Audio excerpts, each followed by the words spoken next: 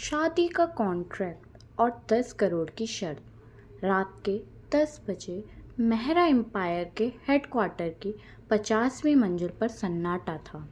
अथर्व मेहरा, शहर का सबसे अमीर, हैंडसम और बेहद कड़क अरबपति सीईओ, जिसकी एक आवाज़ से बिजनेस वर्ल्ड कांपता था।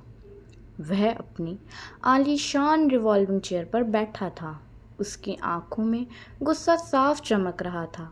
उसके ठीक सामने खड़ी थी अनन्या, साधारण से कपड़ों में, लेकिन उसकी आंखों में एक अजीब सा स्वाभिमान था।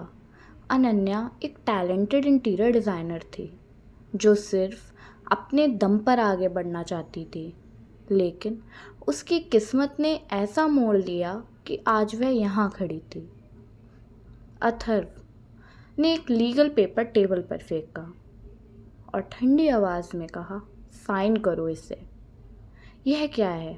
अनन्या ने पेपर उठाते हुए पूछा। Marriage contract. अथर्व अपनी जगह पर खड़ा हुआ था और अनन्या के बेहद करीब आकर रुक गया। उसकी महंगी परफ्यूम की खुशबू अनन्या के होश उड़ा रही थी। अथर्व ने कहा, अगले 6 महीने के लिए तुम्हें दुनिया के सामने मेरी पत्नी बनने का नाटक करना होगा। इसके बदले मैं तुम्हारे परिवार का सारा कर्ज चुका दूंगा और तुम्हें मिलेंगे पूरे 100 करोड़। और अगर मैं मना कर दूं तो? अनन्या ने अपनी ठुड्डी ऊपर उठाते हुए कहा। अथर्व के चेहरे पर एक कुटिल मुस्कान आ गई। मिस्टर मेहरा को मना करने की हिम्मत आज तक किसी ने नहीं की है। अनन्या, अगर कल सुबह तक तुम मेरे मेहरा मेंशन नहीं पहुंची तो तुम्हारे करियर और तुम्हारे परिवार को बर्बाद होने में 24 घंटे भी नहीं लगेंगे।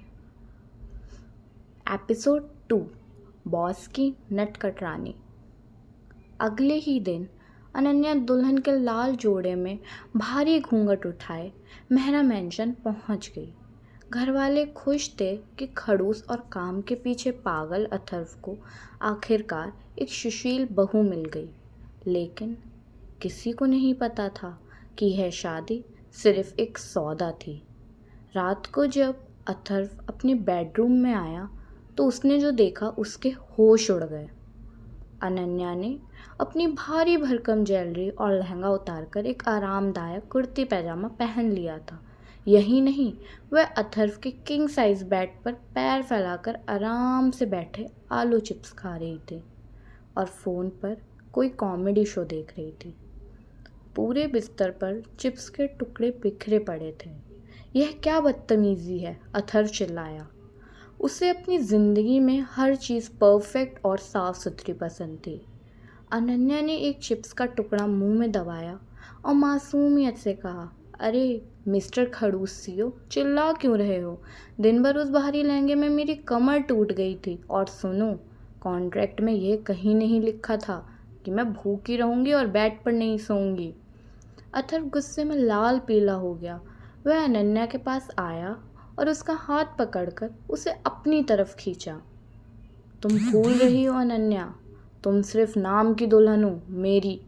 इस कमरे में मेरी मर्जी चलती है। अनन्या ने बिना डरे उसकी आंखों में देखा और मुस्कुराई। तो अपनी मर्जी अपने ऑफिस में रखिएगा बॉस, घर पर अब इस रानी का राज चलेगा। कुछ दिन बीत गए। मेहरा मेंशन में एक बहुत बड़ी बिजनेस पार्टी रखी गई थी। शहर के बड़े बड़े नाम वहाँ मौजूद थे। अथर्व ने मीडिया के सामने अनन्या की कमर में हाथ डाला और मुस्कुराते हुए पोज दिया। भले ही यह नाटक था, लेकिन अनन्या का दिल अथर्व के इतने करीब होने से तेजी से धड़क रहा था। अथर्व का छूना उसे एक अजीब सा करंट दे रहा था। तभी अथर्व में एंट्री हुई राजवर्धन की, जो अथर्व का सबसे बड़ा बिजनेस दुश्मन था। राजवर्धन हाथ में वाइन का ग्लास लिए अनन्या के पास आया और बदतमीजी से मुस्कुराते हुए बोला, मानना पड़ेगा अथर्व, तुम्हारी पसंद लाजवाब है।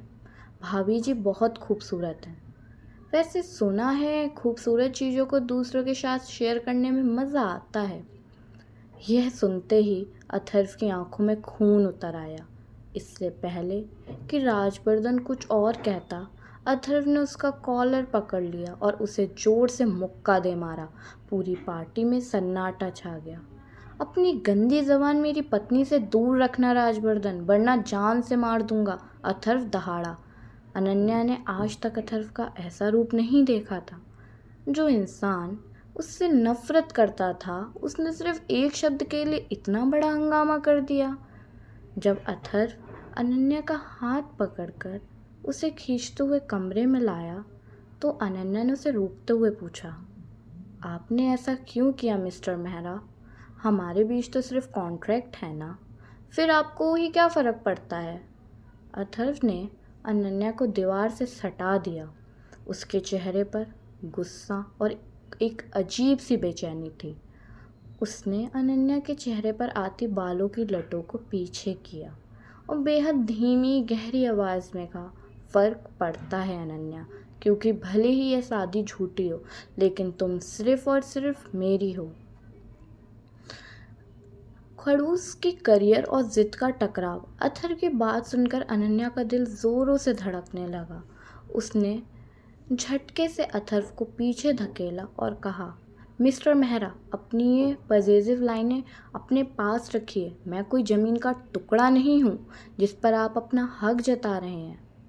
अथर्व ने एक ठंडी मुस्कान के साथ अपनी टाई ढीली की और कहा, ज़मीन की कीमत होती है अनन्या, और तुम तो मुझे 100 करोड़ में पढ़ने वाली हो, तो हक तो पूरा बनता है। अगली सुबह अनन्या मेहरा मैंशन के लिविंग रूम का हुलिया बदल रही थी। एक टैलेंटेड इंटीरियर डिज़ाइनर होने के नाते उसे वहाँ का पुराना और बोरिंग लेआउट पसंद नहीं आ रहा था। उसने वहाँ कुछ बेहद खूबसूरत इंडोर प्लांट्स और एक मॉडर्न न्यूट्रल थीम का सेटअप करना शुरू कर दिया। तभी अथर्व कोट पहनते हुए नीचे आया। लिविंग रूम की हालत देखकर उसके पैर वहीं थम गए। यह क्या बकवास है अनन्या, तुमने मेरे एंटीक फर्नीचर को यहाँ से क्यों हटाया? अनन्या ने हाथ में छोटा सा पौधा लिए हुए कहा, मिस्टर मेहरा, आपके इस घर में करोड़ों की दौलत तो है, लेकिन सुकून की एक सांस तक नहीं है। थोड़ा सा नेचर और यही कलर्स इंसान के गुस्से को कम करते हैं। वैसे भी अब मैं यहाँ 6 महीने रहने वाली हूँ, तो माहौल मेरी पसंद का होना चाहिए। अथर्व उसे डांटने ही वाला था कि तभी उसकी माँ गायत्री देवी वहाँ आ गई। गायत्री देवी ने मुस्कुराते हुए कहा, अरे वाह अनन्या, तुमने तो इस घर में जान डाल दी। अथर्व, अपनी पत्नी से कुछ सीखो। अथर्व अपना गुस्सा थूककर ऑफिस के लिए निकल गया, लेकिन मन ही मन वह अनन्या के हुनर और बेबाकी का कायल होने लगा था। ऑफिस में आमना सामना मेहरा मेंशन में रहकर अनन्या बोर हो रही थी। उसने तय किया कि वह अपने दम पर अपना करियर फिर से शुरू करेगी। वह एक बहुत बड़े प्रोजेक्ट रॉयल रिट्रीट के लिए बतौर फाइनेंशियल इंटीरियर डिज़ाइनर इंटरव्यू देने एक बड़ी कंस्ट्रक्शन कंपनी के ऑफिस पहुंची। जैसे ही वह प्रेजेंटेशन देने के लिए कॉन्फ्रेंस रूम में घुसी, उसकी आंखें खुली की खुली रह गईं। मुख्य कुर्सी पर कोई और नहीं बल्कि अथर्व मेहरा बैठा था। वह कंपनी मेहरा एम्पायर की ही एक सिस्टर कंसर्न थी। अथर्व ने अपनी पेन को उंगलियों में घुमाते हुए एक कुटिल मुस्कान के साथ कहा, मिस अनन्या, या मुझे मिसेस मेहरा कहना चाहिए। आपका प्रेजेंटेशन तो अच्छा है, लेकिन क्या आप इस बेहद लग्जरी प्रोजेक्ट के साथ न्याय कर पाएंगी? यहाँ सोने की परतें नहीं बल्कि एक आलीशान एहसास चाहिए। अनन्या ने अपनी फाइनल टेबल पर रखी, अपनी ठुड्डी ऊपर उठाई और पूरे आत्मविश्वास से कहा, मिस्टर मेहरा, समकालीन लग्जरी मार्केट में लग्जरी अब सिर्फ महंगे मार्बल या सोने की परतों से तय नहीं होती। यह तय होती है सुकून, स्पेस और इंसान के प्रकृति के साथ जुड़ाव से, और मेरा डिज़ाइन बिल्कुल यही देखता है। अगर आपको काम पर भरोसा नहीं है तो आप मेरा रिजेक्शन लेटर अभी साइन कर सकते हैं। पूरे बोर्ड मेंबर्स में सन्नाटा था। अथर्व ने अनन्या की आंखों में देखा, वह पुराना स्वाभिमान। उसने फाइल बंद की और कहा, प्रोजेक्ट तुम्हारा हुआ, लेकिन याद रहे, अगर कोई गलती हुई तो मैं बॉस बनकर तुम्हें फायर करने में एक सेकंड भी नहीं लगाऊंगा। रॉयल रिट्रीट प्रोजेक्ट पर काम शुरू हो गया था। अनन्या दिन रात साइट पर पसीना बहा रही थी। एक शाम साइट पर काम करते करते काफ़ी देर हो गई। भारी बारिश शुरू हो चुकी थी और पूरा स्टाफ जा चुका था। अनन्या एक सीढ़ी पर चढ़कर वॉलपेपर को टेक्सचर चेक कर रही थी। अचानक उसका पैर फिसला। अनन्या ने डरकर अपनी आंखें बंद कर ली थी, लेकिन वह ज़मीन पर नहीं गिरी। दो मजबूत हाथों ने उसे हवा में ही थाम लिया था। जब उसने आंखें खोलीं तो उसने खुद को अथर्व की बाहों में पाया। अथर्व बारिश में थोड़ा भीगा हुआ था और उसकी गहरी आंखें सिर्फ अनन्या को देख रही थीं।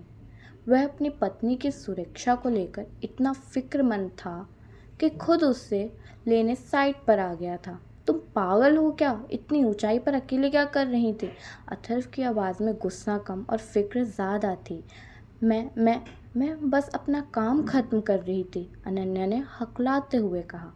अथर्व ने उसे धीरे से नीचे उतारा, लेकिन उसका हाथ नहीं छोड़ा। दोनों के बीच की दूरी इतनी कम थी कि दोनों एक दूसरे की धड़कनें सुन सकते थे। अथर्व का भीगा हुआ चेहरा और उसकी महंगी परफ्यूम की खुशबू अनन्या के होश उड़ा रही थी। उस रात पहली बार दोनों को एहसास हुआ कि उनके बीच का यह कॉन्ट्रैक्ट अब सिर्फ कागज़ तक सीमित नहीं रह गया था। राजवर्धन की अगली चाल। अथर्व और अनन्या के बीच बढ़ती नज़दीकियों की खबर राजवर्धन तक पहुंच चुकी थी। वह अथर्व को बर्बाद करने का मौका नहीं छोड़ना चाहता था। उसने मेहरा अंपायर के एक पुराने वफादार कर्मचारी को रिश्वत देकर उसे मैरिज कॉन्ट्रैक्ट की एक कॉपी चुरा ली। अगले दिन राजवर्धन ने अथर्व को एक गुमनाम नंबर से उस कॉन्ट्रैक्ट की फ़ोटो भेजी और नीचे लिखा 100 करोड़ की दुल्हन। अगर यह खबर मीडिया में आ गई तो मेहरा एम्पायर के शेयर्स मिट्टी में मिल जाएंगे। अथर्व के केबिन में तूफान आ गया। उसने गुस्से में अपनी टेबल पर रखी हर चीज़ फेंक दी। उसे लगा कि यह काम अनन्या का है। उसने सोचा कि शायद अनन्या ने पैसों के लालच में अपने परिवार को बचाने के लिए राजवर्धन को बेच दिया है। वह गुस्से में सीधा घर पहुंचा और अनन्या का हाथ पकड़कर उसे कमरे में खींच लाया। तुमने मेरे साथ धोखा किया अनन्या। तुमने यह कॉन्ट्रैक्ट राजवर्धन को क्यों दिया? इतने पैसे चाहिए थे मैं। और अथर्व चिल्लाया। अनन्या की आंखों में आंसू आ गए, लेकिन उसने उन्हें बहने नहीं दिया। उसने अपना हाथ छुड़ाया और कहा, मिस्टर मेहरा, अपनी गंदी सोच अपने पास रखिए। पैसों की भूखी आपकी दुनिया होगी, मैं नहीं। अगर मुझे आपका धोखा देना होता तो मैं इस घर में आपकी कड़क मिजाजी बर्दाश्त नहीं कर रही होती। सच का सामना और पछतावा। अनन्या अथर्व के आरोपों में इतनी आहत हुई कि वहीं उसी वक्त मेहरा मेंशन छोड़कर चली गई। वह वापस अपने पुराने घर लौट आई। इधर अथर्व का गुस्सा जब शांत हुआ तो उसने अपने सिक्योरिटी चीफ को बुलाकर पूरी जांच कराई। सीसीटीवी फुटेज और कॉल रिकॉर्ड से साफ हो गया कि अनन्या बेकसूर थी। मेहरा एम्पायर के ही एक मैनेजर ने राजवर्धन के लिए जासूसी की थी। अथर्व को अपनी ज़िंदगी में पहली बार अपनी गलती का एहसास हुआ। उसका दिल एक अजीब सी बेचैनी से तड़प उठा। उसे समझ नहीं आ रहा था कि उसे अनन्या के जाने से इतना फ़र्क क्यों पड़ रहा था। क्या वह वाकई उस जिद्दी दुल्हन के प्यार में गिर चुका था? रात के 11 बजे मूसलाधार बारिश के बीच अथर्व की ब्लैक मर्सिडीज़ अनन्या के छोटे से घर के बाहर आके रुकी। अथर्व पूरी तरह भीग चुका था। उसने अनन्या के घर का दरवाज़ा खटखटाया। जैसे ही अनन्या ने दरवाज़ा खोला, सामने अथर्व को देखकर वह चौंक गई। अथर्व की आंखों में गुस्सा नहीं बल्कि एक गहरा पछतावा था। मुझे माफ़ कर दो अनन्या। अथर्व की आवाज़ भारी थी। शर्तों के पार एक नई शुरुआत, अनन्या ने रुखाई से कहा। माफ़ी? मिस्टर अथर्व मेहरा कभी गलत नहीं होते, याद है ना? प्लीज़ यहाँ से जाइए। हमारा कॉन्ट्रैक्ट मैं कल ही ख़त्म कर दूँगी। मुझे आपके 100 करोड़ नहीं चाहिए। जैसे ही अनन्या दरवाज़ा बंद करने लगी, अथर्व ने अपना हाथ बीच में लगा लिया। उसके हाथ पर चोट लगी और खून बहने लगा। अनन्या का दिल दहल गया। वह चाहकर भी अपनी फिक्र नहीं छुपा पाई। उसने तुरंत अथर्व का हाथ पकड़ा और उसे अंदर खींचकर फर्स्ट एड बॉक्स निकाला। आप इतने बड़े बेवकूफ़ हैं मिस्टर मेहरा, हाथ कट जाता तो? अनन्या डांटते हुए उसकी चोट पर पट्टी बांधने लगी। अथर्व ने पट्टी बांधते हुए अनन्या के चेहरे को देखा और धीरे से कहा, अगर तुम नहीं साथ हो तो इस दिल के कटने से तो बेहतर ही है। अनन्या, मुझे कॉन्ट्रैक्ट की परवाह नहीं है, मैं सच में तुम्हें वापस लेने आया हूँ। अनन्या ने उसकी आंखों में देखा, जहाँ इस बार कोई कुटिलता नहीं बल्कि सिर्फ और सिर्फ सच्चाई थी।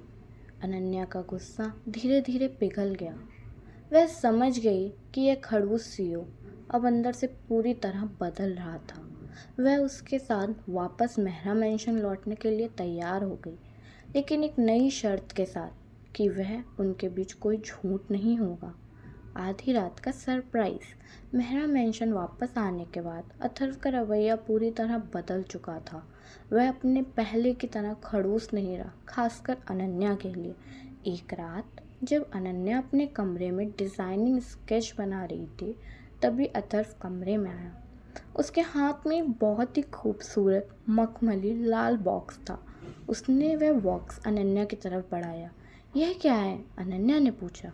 खोल कर देखो, अथर्व ने मुस्कुराते हुए कहा। अनन्या ने जैसे ही बॉक्स खोला, उसकी आंखें चमक उठीं। अंदर एक बेहद कीमती विंटेज लुक वाला एंटिक कैमरा था।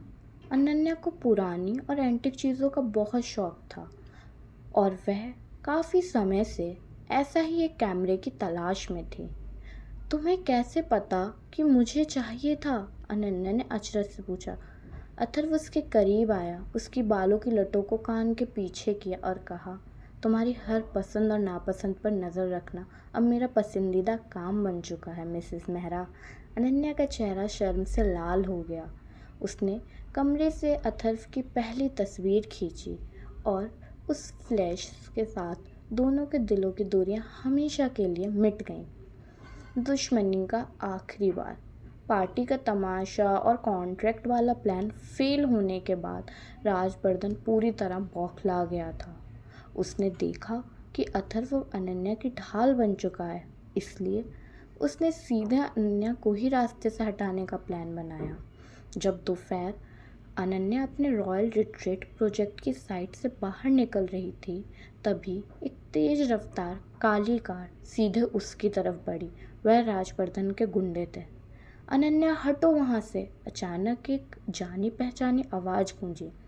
इससे पहले कि कार अनन्या को टक्कर मारती, अथर्व ने अपनी कार से वह पहुंच रहा था दौड़कर आया और उसने अनन्या को सड़क के किनारे ढकेल दिया, लेकिन इस कोशिश में वह तेज रफ्तार का अथर्व को छूती हुई निकल गई और अथर्व सड़क पर गिरकर बेहोश हो गया। उसके सिर से खून बह रहा था। अथर्व नहीं! अनन्या की चीख निकल गई। उसने अथर्व के सिर को अपनी गोद में रख लिया। उस पल अनन्या को एहसास हुआ कि अथर्व उसके लिए सिर्फ एक कॉन्ट्रैक्ट पति नहीं था, वह उसकी ज़िंदगी बन चुका था। अस्पताल का कबूलनामा। अस्पताल के आईसीयू के बाहर अनन्या के बदहवास हालत में बैठी रो रही थी। उसके हाथ अथर्व के खून से सने थे। वह बार बार भगवान से प्रार्थना कर रही थी कि अथर्व को कुछ ना हो। 2